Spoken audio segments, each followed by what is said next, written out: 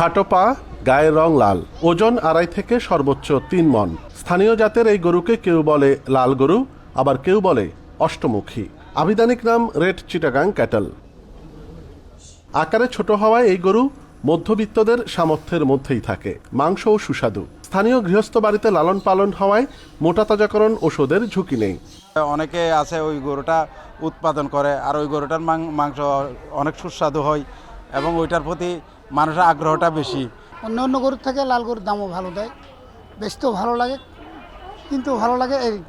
গবেষকরা বলছেন এসব গরুর রোগ প্রতিরোধ ক্ষমতা অন্য জাতের চেয়ে বেশি।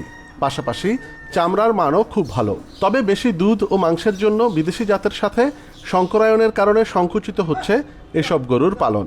যারা বীজ দেয় গ্রামীণ পর্যায়ে, তাদের কাছে যে বীজটি থাকে, কখনো হয়তো হলস্টাইনের বীজ থাকে, কখনো শাহিওয়ালের থাকে, কখনো দেখা যাচ্ছে যে অন্য গরুর বীজ থাকে, তারা সেটি দিয়ে পাল দিয়ে থাকে।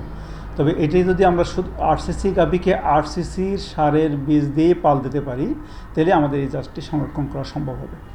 জেলা প্রাণী সম্পদ বিভাগ বলছে এই জাত সংরক্ষণে গৃহস্থদের বিশেষ প্রশিক্ষণ দেওয়া হচ্ছে।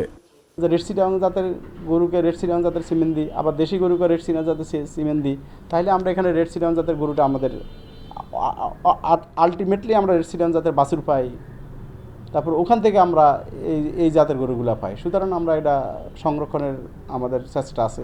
চট্টগ্রাম প্রাণী সম্পদ বিভাগ বলছে এবার কোরবানির হাটে রেড চিটাগাং জাতের প্রায় 25,000 গরু এসেছে। তবে তা চাহিদার তুলনায় বেশ কম।